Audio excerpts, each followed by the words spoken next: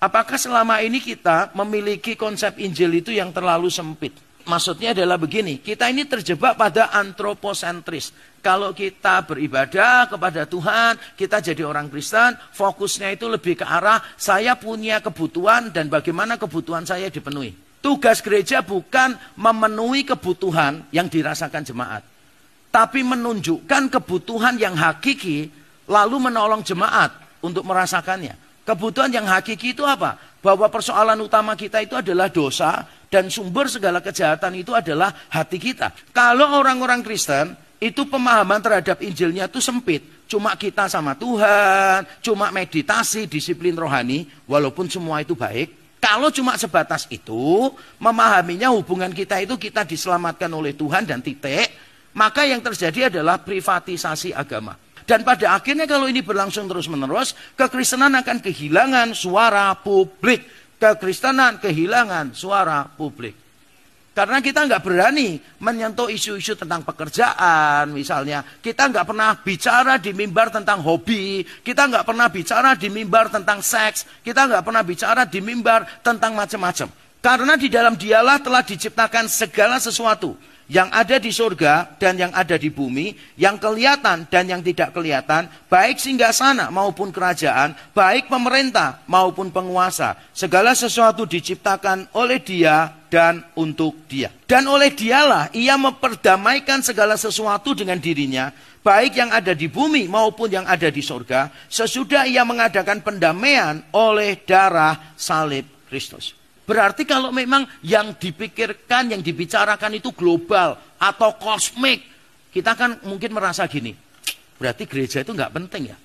Berarti saya ini tidak penting dong. Restorasi kosmik itu bergantung kepada restorasi personal kita. Restorasi gereja itu yang dinantikan oleh seluruh kosmik. Makanya tadi dikatakan Roma 8:19 bahwa seluruh makhluk itu menantikan saat apa? Saat kita sebagai anak-anak Allah dinyatakan dalam full glory. Artinya diberi tubuh kemuliaan.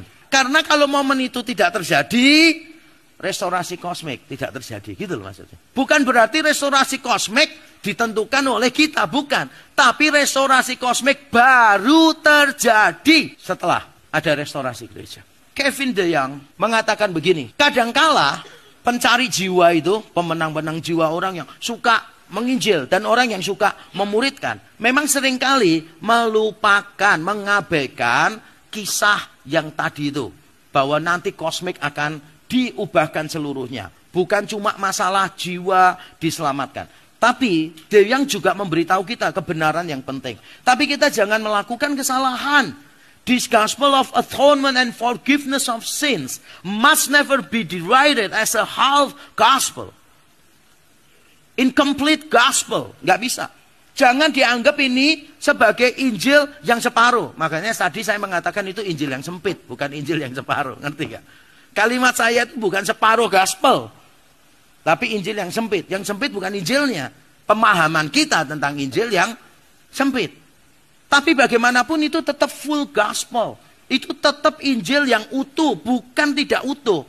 Dan ini bukan cuma batu loncatan. Bukan cuma stepping stone kepada hal yang lebih gede. Jadi saudara jangan pikirnya gini loh.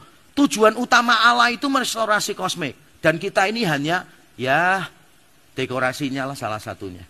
Jadi nggak ada kita sebetulnya nggak apa-apa sih. Tetap kosmiknya yang dipulihkan. Makanya pekabaran Injil tetap harus dilakukan. Jangan sampai saudara lebih pusing dengan wah aktivitas sosial ini itu ya kan. Bicara ekologi, bicara ini itu. Tapi pekabaran Injil nggak diberitakan. Ini ngawur, ini salah. Apa sih tujuannya Kristus memerintah atas gerejanya?